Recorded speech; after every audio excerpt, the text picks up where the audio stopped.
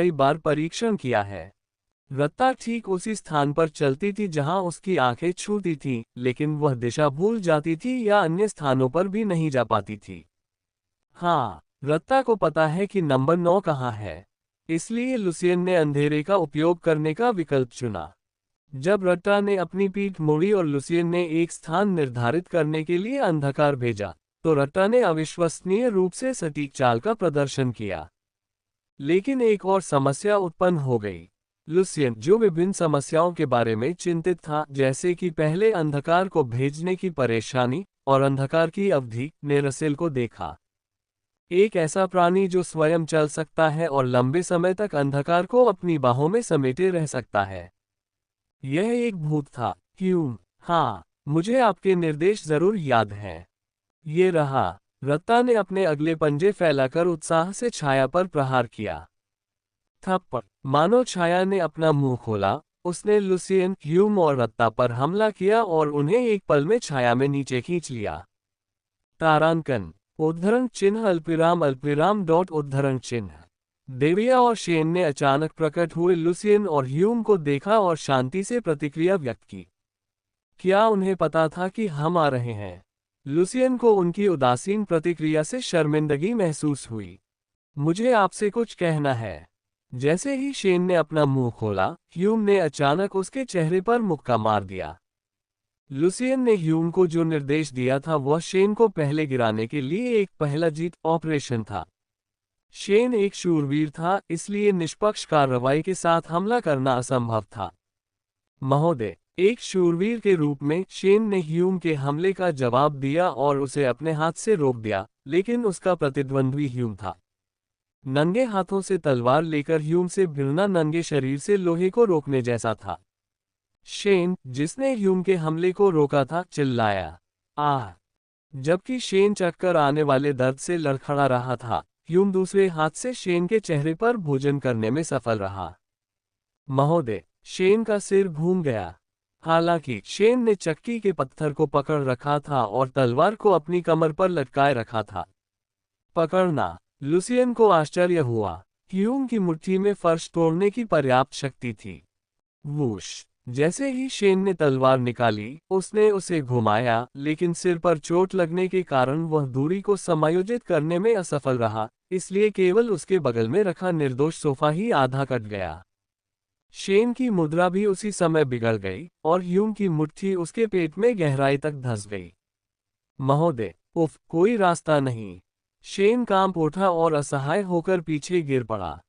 जब ह्यूम ने ये देखने के लिए अपनी मुट्ठी उठाई कि क्या वह बेहोश होने का नाटक कर रहे हैं, तो रसेल ने उन्हें रोक दिया। चूंकि वह बेहोश हो गया है, इसलिए वहीं रुक जाओ। अगर तुम उसे वहां एक और शॉट दोगे तो। रुको, कृपया रुको। इस व्यक्ति की कोई गलती नहीं है। देविया गिरे हुए शेन के पास पहुंची और अपने पूरे शरीर को उसके चारों ओर लपेट लिया। क्या? अचानक ये सब क्यों हुआ? लुसियन ने देविया की ओर देखा। देविया के अप्रत्याशित व्यवहार पर ह्यूम को रोकने का नाटक किया।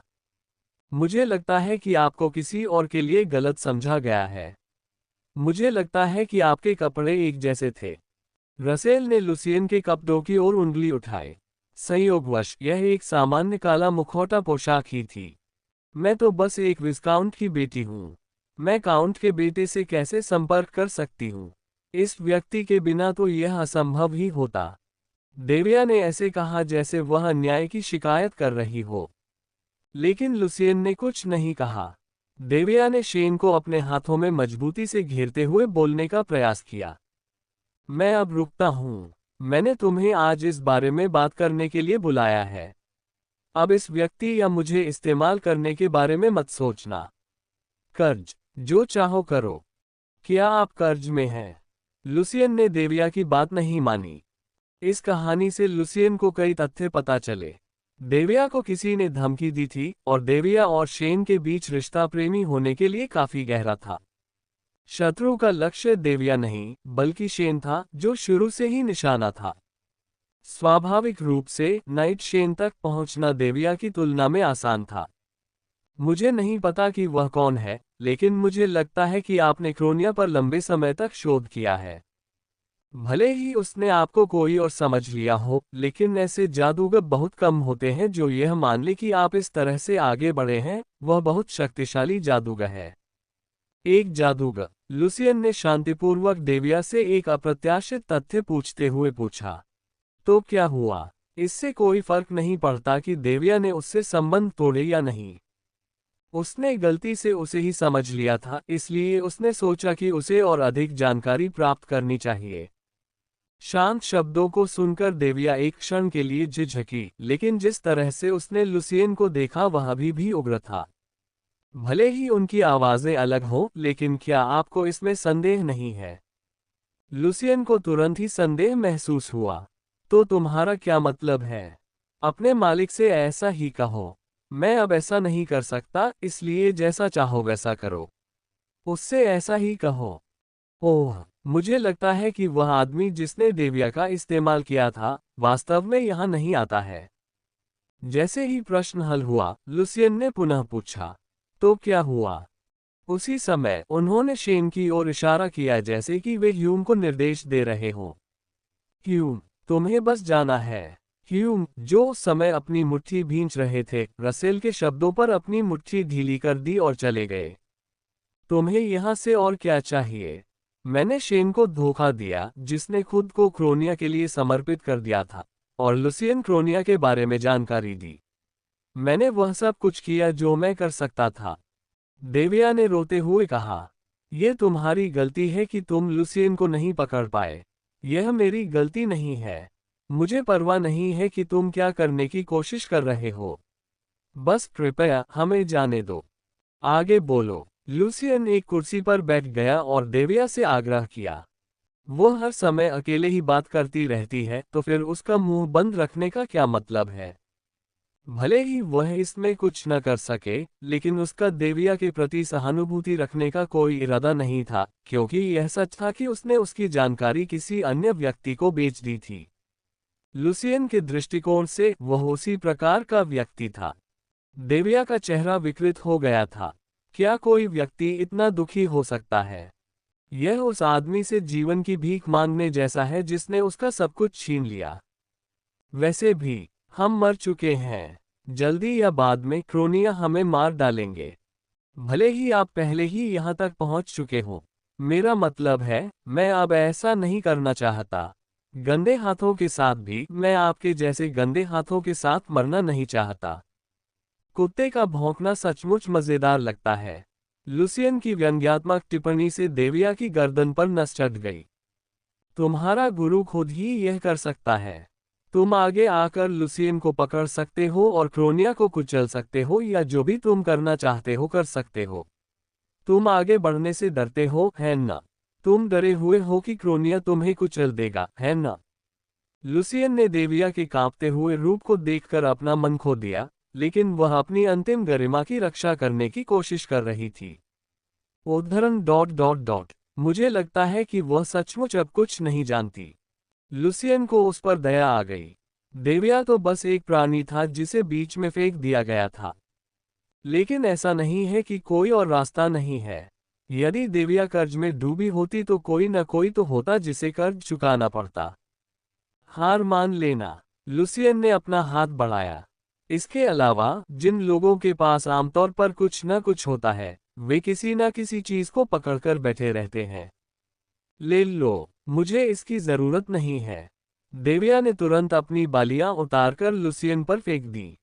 नहीं। ह्यूम ने बालियां पकड़ ली और उसकी आंखों से आंसू बहने लगे। ये चाबी के आकार की बाली है। क्या यह असली चाबी नहीं है? रसेल ने ह्यूम के हाथ में पकड़ी बालियों को घूर कर देखा। अब चले जाओ, कृपया। देविया की चीख सुनकर लुसियन अपनी सीट से उठ खड़ा हुआ। कुरकुरा। शेन और देविया को जोड़ने वाला नीला धागा काट दिया गया। मुझे यकीन है कि यह कुंजी है। लुसियन को लगा कि उसके मुंह के कोने ऊपर उठ गए हैं। अब देविया से कुछ हासिल नहीं होने वाला था। वह यहाँ इससे संभाल सकते हैं, लेकिन यदि नहीं तो कार्सन और हेंट को अपने मध्य पैर खोने पड़ेंगे। क्रोनिया के नाम पर शेन और देविया की गर्दन काटनी पड़ी। चले जाओ। लुसियन ने देविया को बाहर कर दिया। इसके विपरीत जब वह यहाँ किसी से मिलती है तो क्या इसका मतलब यह नहीं है कि असली कमीने जल्द ही यहाँ आने वाले हैं? मैं यह अवसर नहीं गंवा सकता। लुसियन बैठ गया और उसने देखा कि देविया अपने लोगों को बुला रही है और शेन को बाहर ले जा रही है। हम उन लोगों से स्थान के बारे में पूछ सकते हैं जो जल्द ही आ रहे हैं। रसेल हंसा। हाँ, अगर तुम नहीं भी करोगी तो भी मैं करूंगी। लुसियन ने ह्यूम से चाबी प्राप्त की और उसे बुलाया। किराए। हाँ मास्टर, आप उन लोगों को जानते हैं जो एक एक करके आते हैं, है ना? मुझे पता है। लुसियन मकड़ी के जाले बनाते थे और मकड़ी की तरह अपने शिकार का इंतजार करते थे। तारांकन। दस्तक दस्तक। लुसियन ने दस्तक सुनकर अपनी आंखें खोली। उसने दुकान में आए लोगों को कुचल दिया, लेकिन वे विशेष रूप से मजबूत नहीं थे। उन्हें बस ये पता लगाना था कि देविया द्वारा दी गई चाबी का उपयोग कहाँ करना है। उसे याद नहीं आ रहा था कि कल वह विला में कैसे पहुंचा। उफ! लुसियन ने दर्द भरी आवाज निकाली। रत्ता की छाया गति एक उत्कृष्ट तकनीक थी, लेकिन ये बहुत अधिक मात्रा में अंधकार को अवशोषित कर लेती थी। रत्ता ने अपने कौशल का उपयोग करके जिस अंधकार को नष्ट किया था, उसे उसके अपने अंधकार से पुनः भर दिया गया था, अतः ऐसा प्रतीत हुआ कि उसने अंत में उसका उपयोग किया था। ये समझ में आता है। आप महान प्रकाश मंदिर गए, पुजारियों द्वारा उत्सर्जित प्रकाश के अलावा दिव्य जानवर से आशीर्वाद प्राप्त किया और एक कमजोर स्थिति में अपने अंधेरे का उपयोग किया। रसेल ने अप्रसन्न भाव से कहा। इसके अलावा आपको कितनी खून की उल्टी हुई? अगर आप इस स्थिति में बीमार नहीं पड़ते तो आप इंसान नहीं हैं। शूंग के साथ रत्ता ठीक है। रत्ता बिस्तर पर चढ़ गया और लुसियन को देखने लगा। लुसियन का चेहरा थोड़ा लाल हो गया। कोई दिव्य जानवर बीमार नहीं हो सकता। अगर आप बीमार हैं तो ये बहुत बड़ी बात है। इसका मतलब है कि आप विलुप्त होने के करीब पहुंच रहे हैं। रसेल ने आह भरी। बाहर ह्यूम है, आपको उठने की जरूरत नहीं है। अंदर आए। लुसियन के शब्द कहते ही दरवाजा खुल गया। ह्यूम एक ट्रे पकड़े हुए थे। युवा स्वामी, आप कैसा महसूस कर रहे हैं? अब समय क्या है? अभी दोपहर के करीब 3 बजे हैं। क्या मैं इतनी देर तक सोया? लुसियन ने अपनी आंखें चौड़ी कर ली। भोज का दूसरा दिन बीत गया। ये कितनी बर्बादी है। इसे व्यर्थ मत समझो। लुसियन को आश्चर्य हुआ जब रसेल ने सही उत्तर दिया, मानो उसने उसके मन की बात पढ़ ली हो। पहले युवा मास्टर ने मुझे आदेश दिया था कि मैं तुम्हें न जगाऊं। ह्यूम ने अपना मुंह खोला और अपने साथ लाई हुई ट्रे नीचे कर दी। सूप की सौंधी खुशबू लुसियन की नाक में गुदगुदी पैदा कर रही थी। वास्तव में, लुसियन ने शांतिपूर्वक उत्तर दिया और ह्यूम की ओर चम्मच बढ़ाया। उसे बस भूख लगने ही वाली थी। युवा मास्टर। जब ह्यूम की आवाज कांपने लगी तो लुसियन ने उसकी ओर देखा। उसके चेहरे पर भय का भाव था। ये कहना, क्या मैंने सही निर्णय लिया? क्या फैसला? पहले तो मैंने आपको ये सोचकर जगाने की कोशिश की कि एक दिन चूकने से युवा स्वामी को कितना नुकसान होगा, क्योंकि हमें नहीं पता कि इतना बड़ा भोज फिर कब आयोजित होगा। लुसियन ने चुपचाप ये बात सुनी। संभवतः ये ह्यूम का पहला जानबूझकर लिया गया निर्णय था। ह्यूम ने बहुत सावधानी से बात की। हालांकि मैंने सीखा कि बटलर का पद युवा मालिक की सहायता करने का काम है और बटलर को युवा मालिक के जीवन को प्राथमिकता देनी चाहिए। ठीक है, जो भी मामला हो, मेरी जिंदगी पहले आती है। इस मामले में आप महान थे, ह्यूम। लुसियन ने शांत भाव से चम्मच ग्रहण किया। ह्यूम के चेहरे पर मिश्रित भय का भाव था। मैं इस बारे में तब से सोच रहा हूं जब से पहले युवा गुरु ने मुझे भोर में आदेश दिया था। मुझे एहसास हुआ कि निर्णय लेना कितना मुश्किल है। मैंने ये भी सीखा है कि युवा गुरु कितने महान हैं, जो हर बार निर्णय लेते हैं।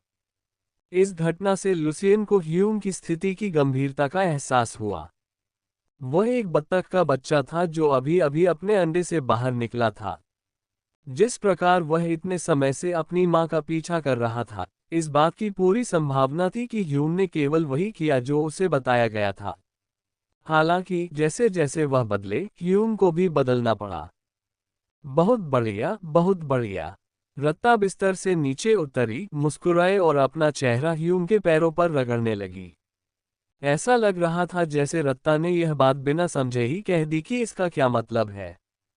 लुसियन, जिसने अभी अभी सूप का एक निवाला खाया था, ने अपना सिर घुमाया क्योंकि उसने महसूस किया कि वह उसके सिर के पीछे लिपटी हुई है।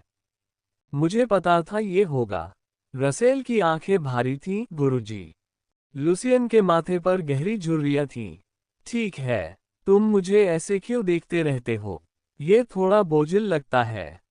मेरा शिष्य ऐसा व्यक्ति बन गया। मुझे तुम पर बहुत गर्व है। मैं तुम्हारे बारे में मोहल्ले में सभी को बताना चाहता हूँ।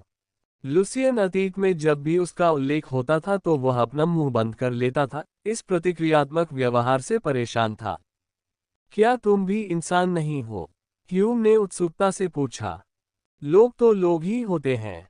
मैं वैसा व्यक्ति नहीं था जैसा कि आप अब जानते हैं।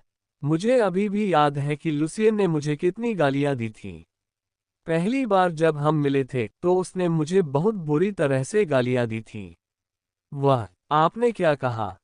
रसेल के कोमल स्पर्श के बाद भी लुसियन के पास घबराहट में सूप खाने के अलावा कोई विकल्प नहीं था। लानत है। धीरे धीरे खाओ, तुम्हें अपच हो जाएगी। रसेल लुसियन की ओर देखकर हंस पड़ा, जो कुछ भी नहीं बोल सका। तारांकन। लुसियन ने जल्दी से अपना भूखा पेट सूप से भरा ज्वरनाशक दवा ली, फिर से सो गया और अपनी आंखें खोली। क्या तुम जाग गए? सही समय है। कार्सन अभी तुम्हारे कमरे में आया था। लुसियन, जो आधी नींद में था, उन शब्दों को सुनकर तुरंत जाग गया। जब उसने कार्सन को किताब पढ़ते देखा तो लुसियन ने भी आह भरी। रत्ता का क्या, जो शांति से उसकी गोद में लेटा हुआ है? हाय लुसियन। रत्ता ने लुसियन को देखकर उज्ज्वल मुस्कान दी। तुम और कहाँ जा रहे हो? कार्सन ने पूछा। यह एक बुद्धिमानी भरा सवाल है। रसेल ने सिर हिलाया और कहा, अगर आप अपने ही शब्दों में सुने तो आपको लगेगा कि मैं हर दिन उठकर काम करता था। क्या तुम आजकल बछड़े की तरह नहीं घूमते? शांत रहो, मैं पिताजी को एक ईमानदार रिपोर्ट दूंगा।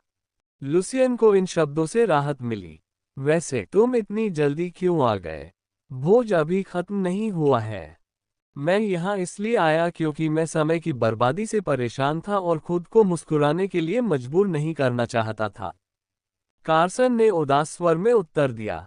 मुझे लगा कि यह बिल्कुल कार्सन जैसा है। लेकिन मुझे नहीं लगता कि यह समय की बर्बादी है। हाँ, ये समय की बर्बादी नहीं है। लेकिन कम से कम मेरे लिए तो ये समय की बर्बादी है। क्रोनिया एक ऐसा परिवार था जो सीमा पर अपनी रक्षा करता था। दूसरी बहन ने परिवार छोड़ दिया, ऐसा लगा जैसे उसे भूत दिखाई दे रहे हों और वह इतनी दुखी हो गई कि उसने अपना दिमाग खो दिया और भाग गई।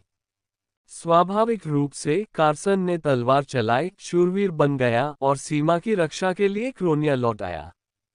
चाहे कोई कुछ भी कहे, अगला काउंट लॉर्ड कार्सन ही था।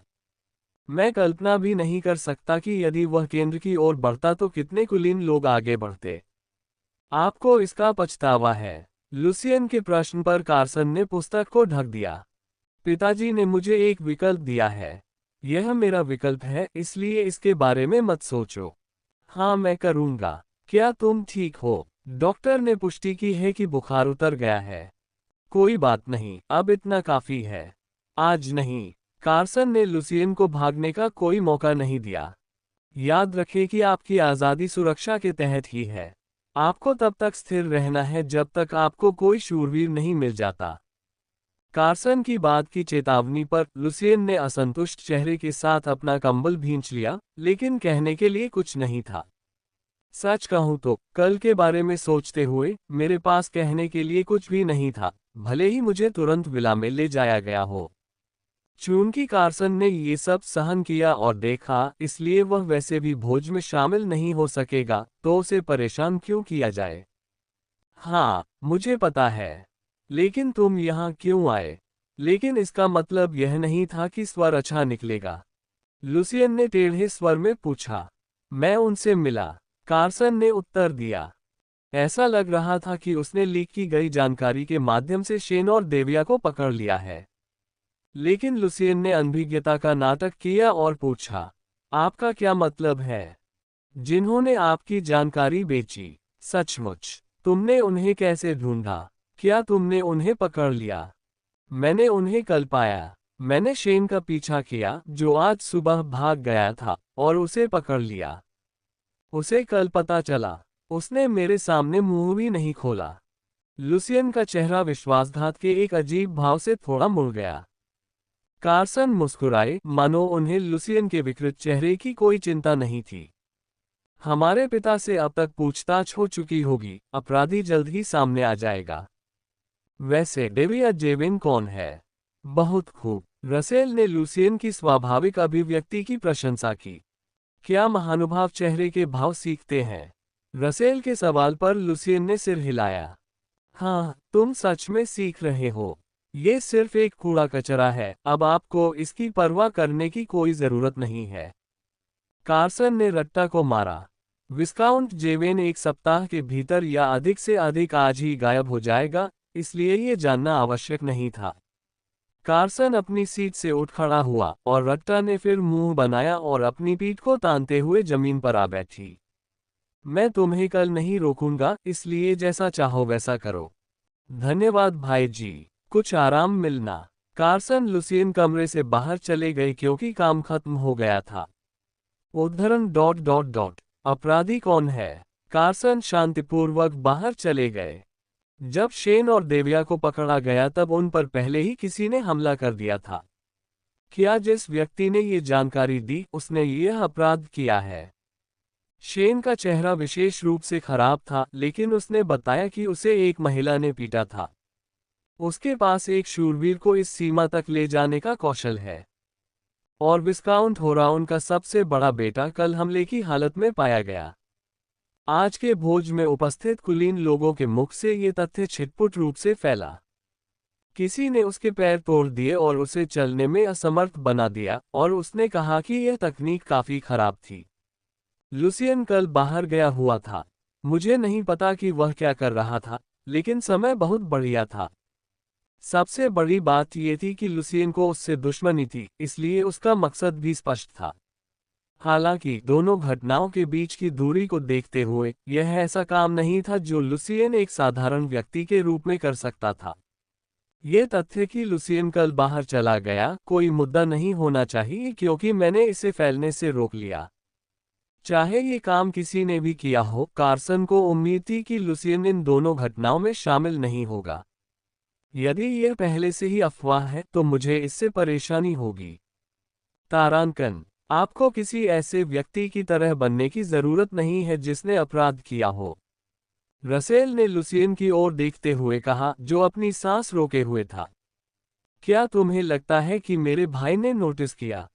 लुसियन ने अपनी आवाज धीमी करते हुए पूछा।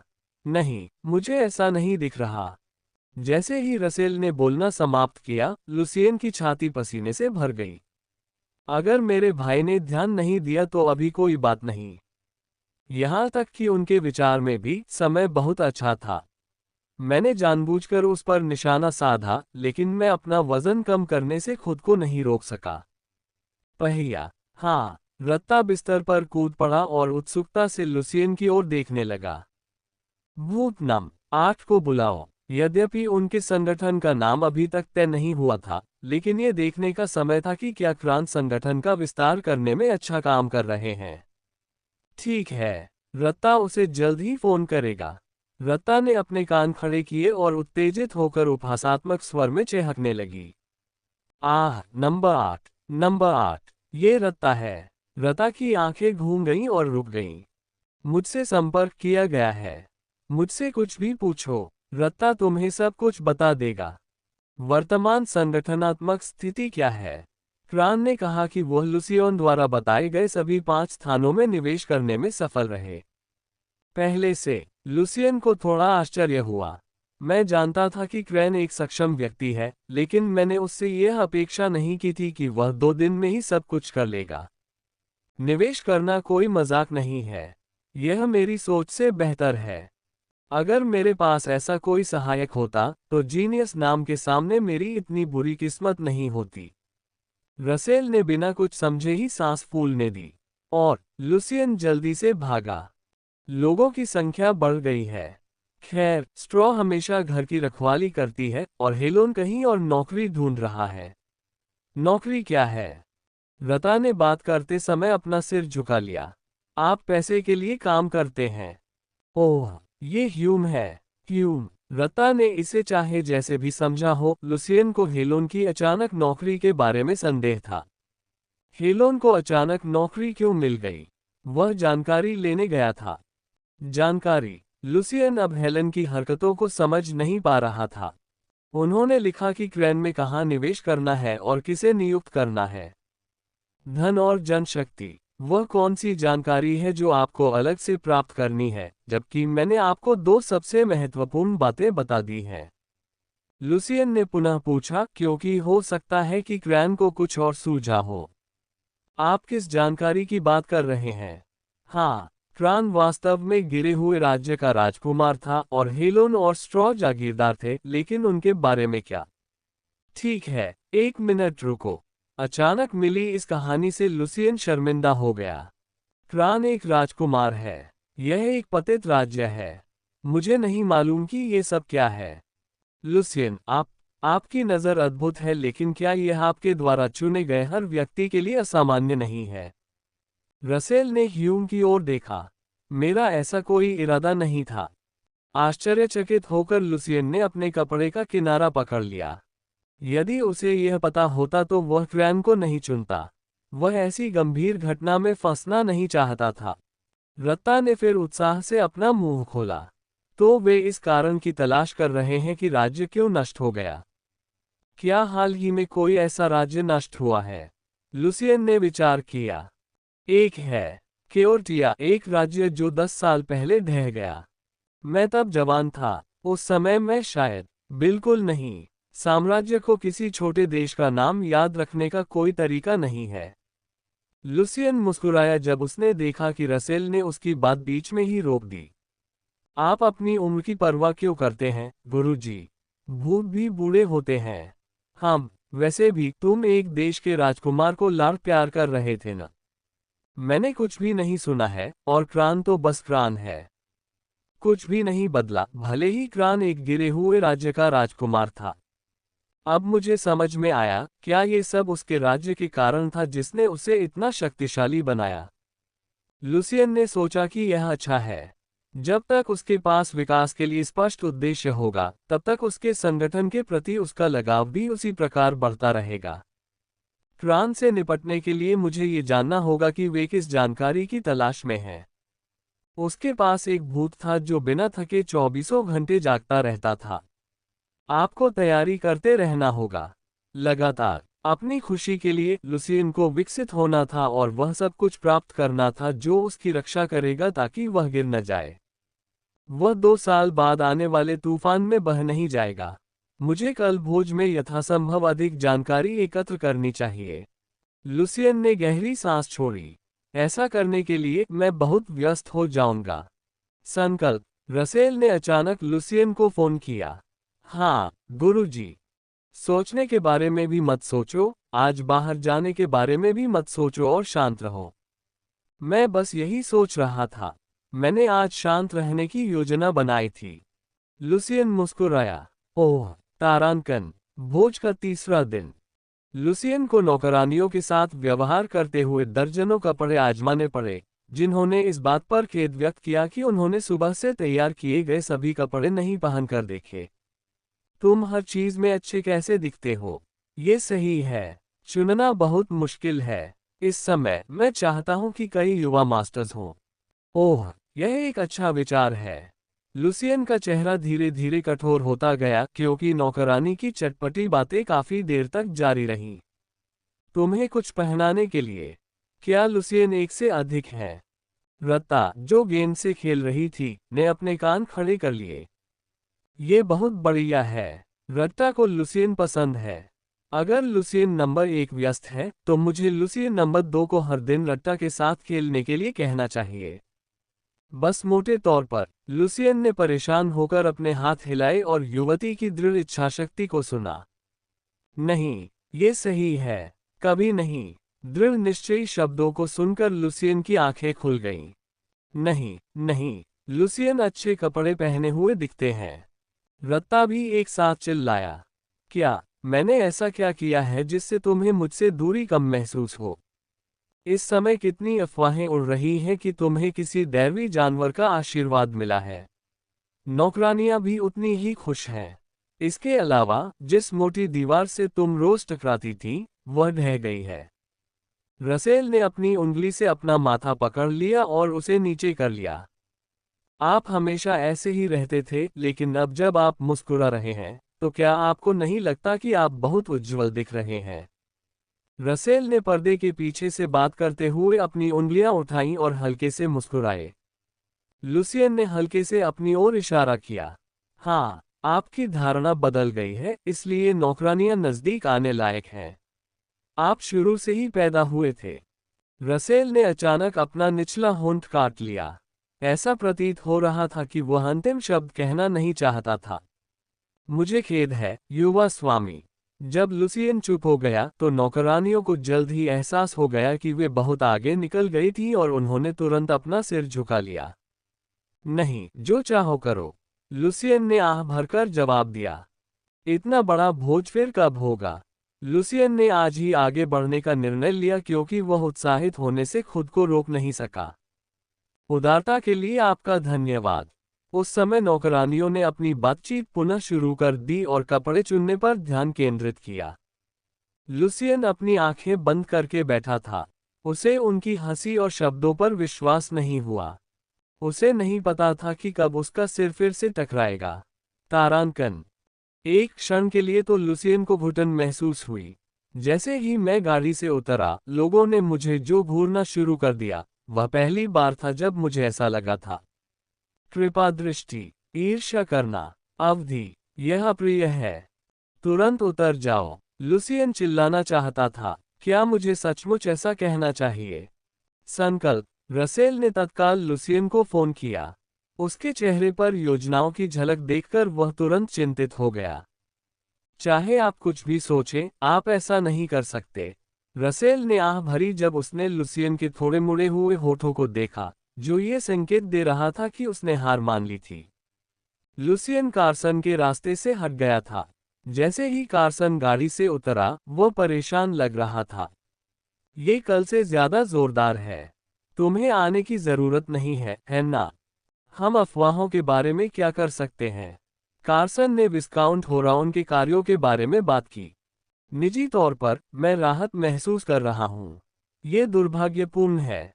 निराशाजनक क्या था? मैंने सोचा कि अगर मैं शूरवीर को हराने के बजाय शूरवीर को हरा दूं तो बहुत अच्छा लगेगा।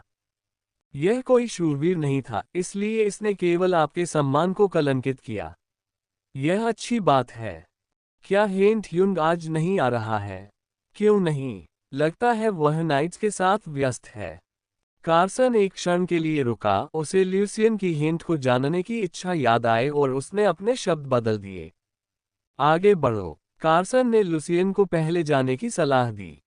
ये पहले दिन से अलग था। आज वह दिन था जब लुसियन ध्यान आकर्षित कर सकता था। लुसियन ने कार्सन की सलाह पर सिर हिलाया और आगे बढ़ गए। एक व्यक्ति जिसे भगवान ने आशीर्वाद दिया है। मानद पुरोहित आए। उन्होंने इन दोनों को अपने कब्जे में ले लिया है, लेकिन अभी तक ग्रेट लाइट टेम्पल में इसकी आधिकारिक घोषणा नहीं की है। हालांकि जब से दिव्य पशु ने लुसियन को अचेत किया था, तब से यह अफवाह तेजी से फैलने लगी थी कि उसे दिव्य पशु का आशीर्वाद प्राप्त है। जब भी लुसियन वहां से गुजरता तो कुलीन लोग प्रकाश की संतान कहने में व्यस्त रहते। मेरी पिछली अफवाहें निश्चित रूप से गायब हो गई हैं।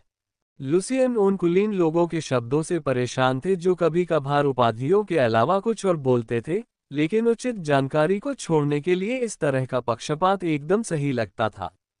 यह एक बुफे है। सूचना बुफे। इसे चुनना और खाना मजेदार होगा। आप एक जादूगर को प्रकाश का बच्चा कैसे कह सकते हैं? मुझे लगता है कि मैं अपने जीवन में हर तरह की बातें सुन रहा हूँ। शब्दों के विपरीत, रसेल के मुंह के कोने ऊंचे उठे हुए थे। शिष्य की प्रशंसा चाहे जो भी हो, वह प्रसन्न होता था। तारांकन। ये यही है, युवा मास्टर लुसियन। जैसे ही टेला ने लुसियन को देखा, उसने खुशी से अपना हाथ हिलाया। तीसरे दिन का भोज सभागार में आयोजित किया गया। संभवतः चिंता के कारण सभागार की सुरक्षा में लगे पुजारियों की संख्या दोगुनी से भी अधिक हो गई, लेकिन अंदर की रोशनी पहले की तुलना में कमजोर थी, जिससे सांस लेना आसान हो गया था। लेकिन इसका मतलब यह नहीं था कि यह ठीक था। मुझे अभी भी मतली और अप्रियता महसूस हो रही थी। लुसियन ने टेला का अभिवादन किया। आपसे मिलकर खुशी हुई, लेडी टेला। कार्सन ने भी टेला को नमस्कार किया और पीछे हट गए। क्या आप ठीक हैं, युवा स्वामी? आपको आज आराम करने की जरूरत है। क्या इस तरह बाहर आना ठीक है? ऐसा लगता है कि मैं हर बार आपसे सिर्फ यही शब्द सुनता हूं। लेकिन अब सब ठीक है। इसके विपरीत, मुझे अगले दिन बाहर न आ पाने का बहुत अफसोस है। नहीं, भविष्य में और भी बहुत से बोझ होने वाले हैं। इसलिए टेला रुक गया। वह भी इस भारी नज़र से शर्मिंदा लग रही थी। लुसियन क्रोनिया को अब सबसे अधिक ध्यान मिल रहा है। क्या आप ठीक हैं, युवा स्वामी? अगर आपको कोई आपत्ति न हो तो क्या हमें चलना चाहिए? टेला ने अपनी आवाज कम कर दी। ऑडिटोरियम का अंदरूनी हिस्सा ठंडा था, लेकिन वह लुसियन के चेहरे पर पसीना देख सकती थी। पहली मुलाकात में, दूसरी मुलाकात में और यहां तक कि भोज में भी वह हमेशा ऐसे ही रहते थे। ये तनावपूर्ण था। ऐसा महसूस हो रहा था जैसे कुछ नष्ट हो गया हो। कोई बात नहीं, मुझे आज यहीं रुकना है। टेला को इसका मतलब समझ में आ गया, लेकिन वह अभी भी सहज महसूस नहीं कर रही थी। जहां तक क्रोनिया परिवार का प्रश्न है, वे इस तथ्य से अवगत थे कि ग्रेट लाइट मंदिर निमंत्रण भेजता है, भले ही उन्होंने उन्हें आमंत्रित न किया हो। फिर भी उसे अच्छा नहीं लगा, क्योंकि उसने सोचा कि उसकी दयालुता का बदला चुकाने की इच्छा ने ही उसे भोज में आने के लिए मजबूर किया होगा, क्योंकि पहले वह कठिन समय से गुजर रहा था। युवा मास्टर, ये कहना, मुझे जल्दी गर्मी लग जाती है। लुसियन के शब्दों पर टेला ने एक पल के लिए उसकी ओर देखा। वह कितना ख्याल रखने वाला व्यक्ति है। टेला ने आत्मविश्वास से मुस्कुराते हुए यह बात आगे न उठाने का निर्णय लिया। तो मैं आज आपकी मदद जरूर कर सकता हूँ। मेरे कान बहुत तेज हैं। मैं ईमानदारी से इसका इंतजार कर रहा हूँ। लुसियन अपनी आंखों से मुस्कुराया। सूचनाओं के आदान प्रदान के लिए भोज से बेहतर कोई समय नहीं था। इसमें झूठ और गड़बड़ियों का मिश्रण हो सकता है, लेकिन सूचना की गुणवत्ता निश्चित रूप से उच्च थी। मैं स्वयं जानकारी चुनने से इनकार क्यों करूं? तारांकन, आप गलत हैं। मुझे पता है कि खदान मालिक हमारे बैंक का ग्राहक है। इसमें निवेश करना उचित नहीं है। आप पर कितना कर्ज है? उद्धरण चिन्ह ... हम आदि जानकारी पर भरोसा करना बेहतर है। ऋण या फंड स्वीकार्य हैं, लेकिन सटीक उत्पाद अभी तक जारी नहीं किया गया है। यहाँ सब ठीक है। फिर भी यह एक ऐसी जगह है जो मेरी दिलचस्पी जगाती है। टेला ने अपने ज्ञान से अभिजात वर्ग से विश्वसनीय जानकारी छांट ली। वह लोगों के साथ संवाद करने की बुनियादी बातों से परिचित थी और उन्हें उनके नाम पहले से ही मालूम थे। उसके असली हथियार सूचना और लोग थे। टेला कुछ देर के लिए चला गया और लुसियन कोने में बैठकर ह्यूम का पे पीता रहा। जैसे जैसे मैं दिन भर घूमता रहा, आसमान काला होता गया और मेरे पैरों के तलवे धड़कने लगे। मुझे काफी जानकारी मिली है। इतनी सारी जानकारी थी कि मुझे विश्वास ही नहीं हुआ कि यह सब एक ही दिन में था। उनमें से ये जानना एक बड़ी बात थी कि उपन्यास में दिखाई देने वाले पात्र अब कहाँ हैं। मुझे वास्तव में उस जानकारी की आवश्यकता थी। संकल्प। रसेल ने थोड़ी कठोर आवाज में उसे बुलाया और अपना सिर बाईं ओर घुमाया। मैं सोच रहा था कि तुम चुपचाप क्यों गुजर रहे थे। लुसियन ने एक समूह को अपनी ओर आते देखा। दूरी काफी अधिक थी, लेकिन यह इसलिए स्पष्ट था क्योंकि सभी लोग लाल रंग के थे, संभवतः नशे में थे। हाँ, असली भोज में हमें ऐसे ही आदमी की जरूरत होती है। लुसियन उनके चेहरे देखकर प्रसन्न हुआ। वहां ऐसे कई लोग थे जो टेला द्वारा दी गई जानकारी का तुरंत उपयोग कर सकते थे। क्या उन्होंने कहा कि उनका एक व्यवसाय बहुत अच्छा चल रहा है? लुसियन ने बीच में पूंछ वाले आदमी की ओर देखा। ये वाली वीडियो यहीं पर खत्म हो गई है। अगर आप में से कोई भी भाई हैरम सीरीज सुनना चाहते हैं तो आप टेलीग्राम चैनल पर ज्वाइन हो सकते हैं। बिल्कुल फ्री में डेली आधे घंटे का एक एपिसोड। लेकिन आप अगर डेली 6 ऑडियो 6 घंटे का सुनना चाहते हैं तो आप मेरा प्रीमियम टेलीग्राम चैनल ज्वाइन कर सकते हैं। दोनों का लिंक डिस्क्रिप्शन में है। हेलो दोस्तों, आप लोगों का स्वागत है हमारे channel story by DK FM और स्टोरी बाय डीके एफएम 2.0 पर। दोस्तों, अगर हमारे चैनल पर नए हो तो सब्सक्राइब कर लो हमारे channel story by DK FM और स्टोरी बाय डीके एफएम 2.0 को, और वीडियो पर लाइक और कमेंट भी कर दिया करो ताकि हमें पता चल सके कि आप लोगों को ये स्टोरी के साथ लग रहा है। स्पिरिट वर्ल्ड और सुपर योद्धा ध्रुव रिटर्न के असली एपिसोड आपके YouTube channel story by DK FM, जिसमें लगभग 11,000 सब्सक्राइबर हैं, और YouTube channel story by DK FM 2.0 और Telegram channel Dhruv return season 4 story by DK FM पर अपलोड होते हैं। अगर आप लोग दूसरे चैनलों पर एपिसोड सुन रहे हो तो उस चैनलों को अनसब्सक्राइब कर दो और मेरे channel YouTube channel story by DK FM, जिसमें लगभग 11,000 सब्सक्राइबर हैं, और YouTube channel story by DK FM 2.0 और Telegram channel Dhruv return season 4 story by DK FM से जुड़ने की कोशिश करो ताकि आप ओरिजिनल एपिसोड और सबसे पहले एपिसोड पा सको।